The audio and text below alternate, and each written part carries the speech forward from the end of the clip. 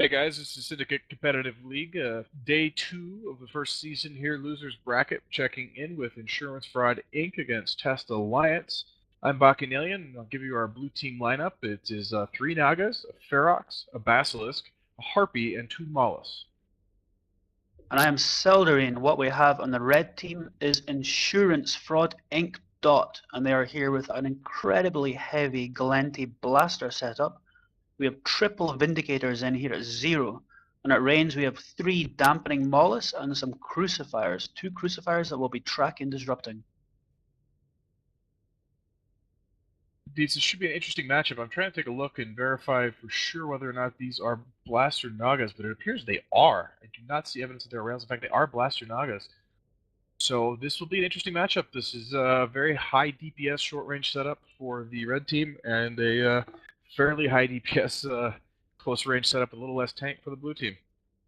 Exactly, but this is Blaster versus Blaster, and these Caldari Blasters, being medium, are going to have to get very close, and they do not want to get very close to Vindicators. And even with the logistics on this blue team, I do not believe that these Caldari Blaster ships are going to be able to tank the damage from triple Vindicators. The Nagas are track disrupted right away by those Crucifiers. The first Naga, despite not getting webbed, is being just lit up by the most likely null loaded in the Vindicators. Emmanuel Terentius is barely being held on by the Basilisk. He's now bleeding into armor and is not certain how long he's going to be able to kite. I think he's going to get run down and killed. Exactly. Right now, the blue team are trying to string out the Vindicators. I don't really understand the tactic behind this. There's very little damage going to the red team. Just some frigates. The Harpies are attacking the Crucifier of Mesh Marillion, but they've lost that Naga, which is a large proportion of their damage output. Yep, Mesh Marillion finally does go down to that to the drone swarm, but Jimmy Deuce in the Naga is also taking a significant amount of damage. He has low shields. Looks like he's not going to last a whole lot longer, and we see our first Vindicator taking some shield damage. Faffer at about half shields, but it's really not a notable amount of damage on the red team. I think the red team have this one very handily in control right now. Exactly. Jimmy Deuce is not hanging on right here, and he's about to be flushed. And the red team are just herding sheep, it appears, and Jimmy Deuce is down. So that's 2 Nagas for the blue team down, which again is really going to hurt their DPS output. They were barely able to break Faffer's shield tank and his shield Vindicator as it was. But right now, Faffer is gaining shields, and they are losing Nagas.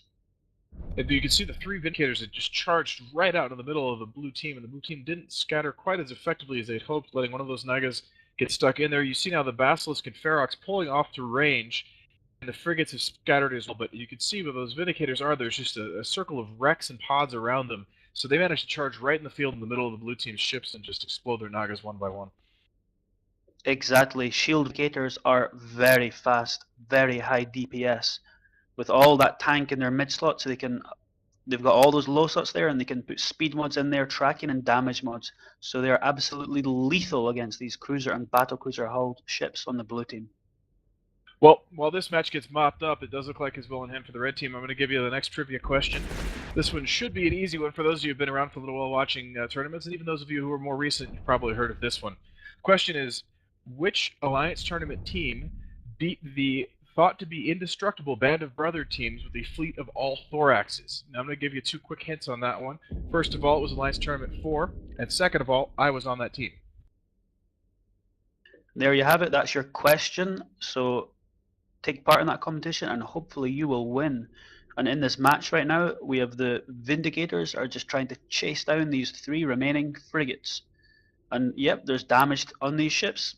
So that, yep, well, serious damage there, so they will be dying shortly.